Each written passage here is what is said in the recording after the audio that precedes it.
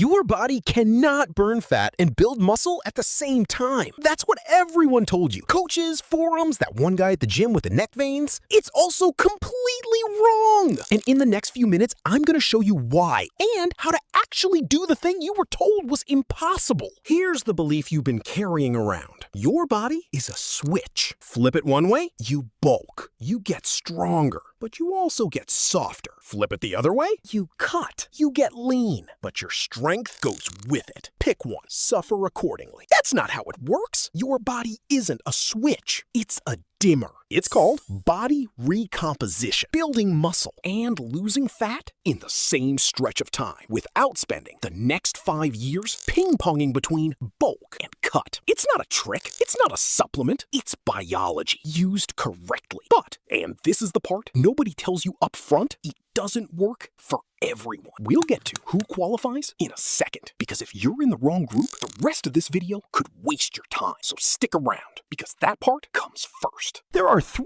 types of people walking around with a cheat code they don't know they have. Group 1, beginners. If you've been lifting for under a year, your body is basically a stimulus-starved teenager. It overreacts to everything. Pick up a dumbbell with something resembling intent and it responds by building tissue. This is the one window in your entire lifting life where gains come cheap. Everyone after you is jealous. Use it. And if you've been training for years but still look like a coat hanger wearing a hoodie, that's not a metabolism problem. That's a you've been skipping the fundamentals problem. Different video, same fix. You're still in this group. Group 2, people carrying extra body fat. This one sounds like an insult. It's actually the opposite. Stored fat is fuel your body already owns, while someone lean is stuck relying almost entirely on food for energy. You've got a reserve tank, a tank your body can pull from while building muscle, even when you're eating in a deficit. That helps support muscle growth while you're losing fat. It's the only time an emergency fund becomes a good thing. Group 3, the comeback lifters. You used to train, then life happened. An injury, a job, a relationship, you stopped. But here's the thing your muscles never got the memo on. They remember. It's called muscle memory, and it means when you come back, your body rebuilds that lost tissue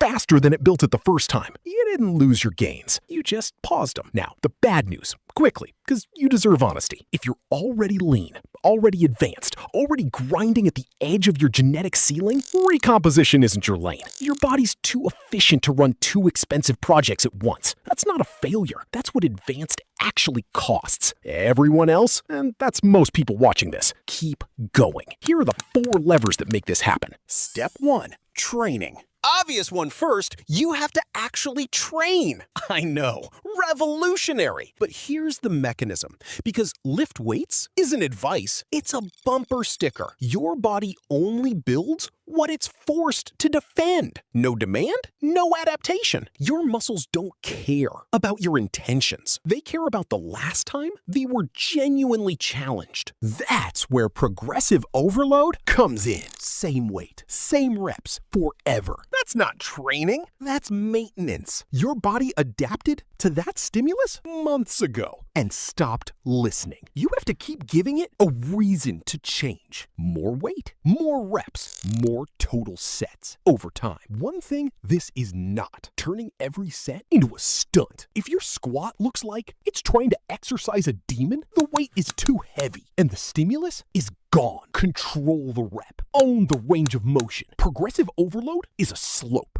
not a cliff. Step 2, nutrition. This is where most people quietly sabotage themselves. You can eat clean chicken, rice, broccoli on repeat and still fail at recomposition because clean doesn't mean correct. What matters is the number. Calories too high and you store fat faster than you build muscle. Calories too low and your body starts cannibalizing the muscle. You're in the gym trying to build. Recomposition lives in a narrow band, just under maintenance. Not a huge deficit, a slight one. The problem is that band is different for every single person. Your maintenance calories depend on your metabolism, your activity, your training volume. Nothing generic works, which is exactly why most people give up here. Not because the plan failed, but because guessing your macros by hand, logging every bite, and Googling how many calories in half a banana is a great way to kill your motivation before it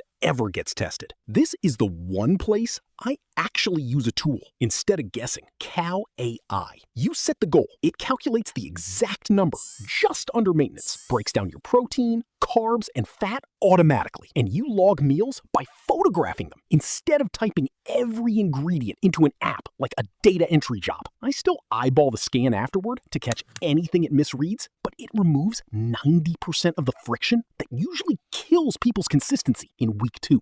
And protein? Don't skip this part. In a deficit, your body gets stingy about spending resources on muscle. Not enough protein? And it starts pulling material from your own tissue instead of your food. Somewhere around 1.6 to 2 grams per kilogram of body weight is the target most people should be hitting. It sounds like a lot until you're just weighing your meals or scanning a barcode instead of doing mental math at 9 p.m. One more thing, because it trips people up constantly. If the scale isn't moving, you are not failing. Recomposition means fat is leaving while muscle is arriving, and the scale can't tell the difference between the two. You can weigh exactly the same in 6 weeks and look like a completely different person. The mirror and your progress photos tell the truth here. The scale just tells you your relationship with gravity hasn't changed. Step 3. Sleep.